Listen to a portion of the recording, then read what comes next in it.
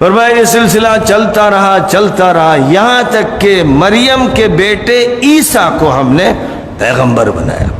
قرآن پاک جب بھی حضرت عیسیٰ کا جیسس دی کرائسٹ کا تذکرہ کرتا ہے تو اس حیثیت سے کہ وہ سن آف میری تھے، وہ مریم کے بیٹے تھے، کیونکہ لوگوں نے کتنا بڑا ظلم کیا کہ عیسیٰ تو یہ بتانے آئے کہ میں اللہ کا بندہ ہوں اور اللہ کا پیغمبر ہوں جیسے اور سارے پیغمبر رہے۔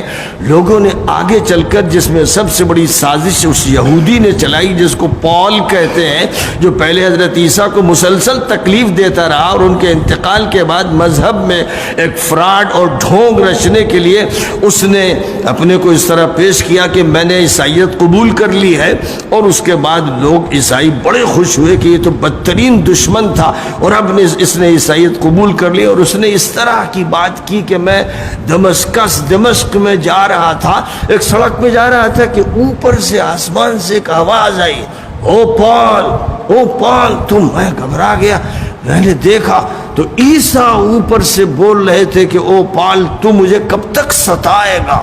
میرے بدن میں جھرجھری طاری ہو گئی اور میں نے قسم کھا لی کہ اب میں عیسیٰ کے خلاف کچھ نہیں کروں گا، اب تو میں ان کا مرید بن کے رہوں گا، غلام بن کے رہوں گا۔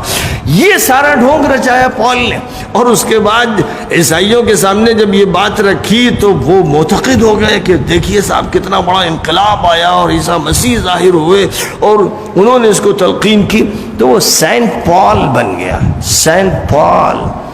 اس کے بعد وہ ساری تباہیاں جو مچی ہیں کرسچینٹی میں کہ عیسیٰ جو اللہ کے بندے اور پیغمبر تھے وہ اللہ کے بیٹے بنا دیے گئے، کبھی اللہ کے بارے میں کہا گیا وہ ان کی شخصیت کے اندر داخل ہو گیا، اور کبھی یہ کہا گیا کہ بھئی تین میں ایک میں تین، جو ٹرینٹی ان ون ہے اور ون ان ٹرینٹی ہے۔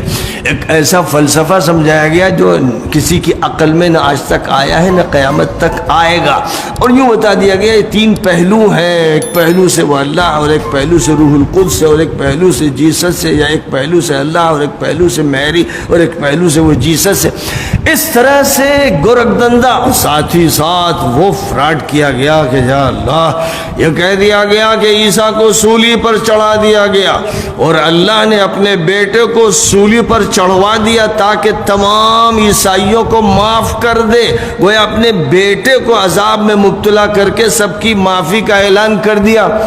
سبحان اللہ، یہ ہے انصاف۔ یہ اللہ ہے جو اپنے بیٹے کے ساتھ بھی انصاف نہیں کرتا، جو اس پر ظلم کرتا ہے اس کو سولی پہ چڑھوا دیتا ہے۔ اور پھر یہ دکھایا گیا کہ سولی پہ بھی چڑھایا گیا اور کیلیں جسم میں ٹھوک دی گئیں، ہاتھ میں کیلیں ٹھوک دی گئیں، پیر میں کیلیں ٹھوک دی گئیں۔ یہ وہ ظلم تھا جو رومن امپائر میں عیسیٰ مسیح پر کیا گیا، اور یہ سب چوں کیا گیا؟ وہ اللہ جو ہے اتنا بے دست و پا ہے کہ اپنے نبی نہیں بیٹے کے ساتھ یہ سب کچھ کروایا۔ کیوں کروایا؟ تاکہ ان کی قوم کو معاف کر دے۔ کیا وہ بغیر اس کے معاف نہیں کر سکتا تھا؟ جس کو بیٹا، لاڈلا بیٹا بنایا، اس میں کیلیں ٹھکوا دیں، اس کے جسم کے ساتھ یہ ظلم کیا، تو عدل تو ختم ہو گیا، انصاف تو ختم ہو گیا۔ پہلے اس دن یہ معلوم ہوا کہ بھائی کوئی بھی کسی کے ساتھ کچھ معاملہ کرے تو کسی کو سزا دے دے۔ انصاف کا قتل، پیغمبر بھیجے گئے عدل کے لیے اور انصاف کے لیے، اور یہاں انصاف کے قتل پہ کرسچینٹی کی بنیاد رکھی جا رہی۔ اور ظاہر ہے کہ جب یہ بات کہہ دی گئی تو اب صلیب جو ہے وہ خود پوجا کے لیے ہو گئی، لہذا اب صلیب کو سجایا جائے، اس کو گلے پہ لٹکایا جائے کیونکہ مقدس ہے۔ ایک فراڈ مقدس ہو گیا، ایک جھوٹ مقدس ہو گیا، ایک ظلم مقدس ہو گیا، ایک علامت مقدس ہو گئی۔ کیسے ہو گئی؟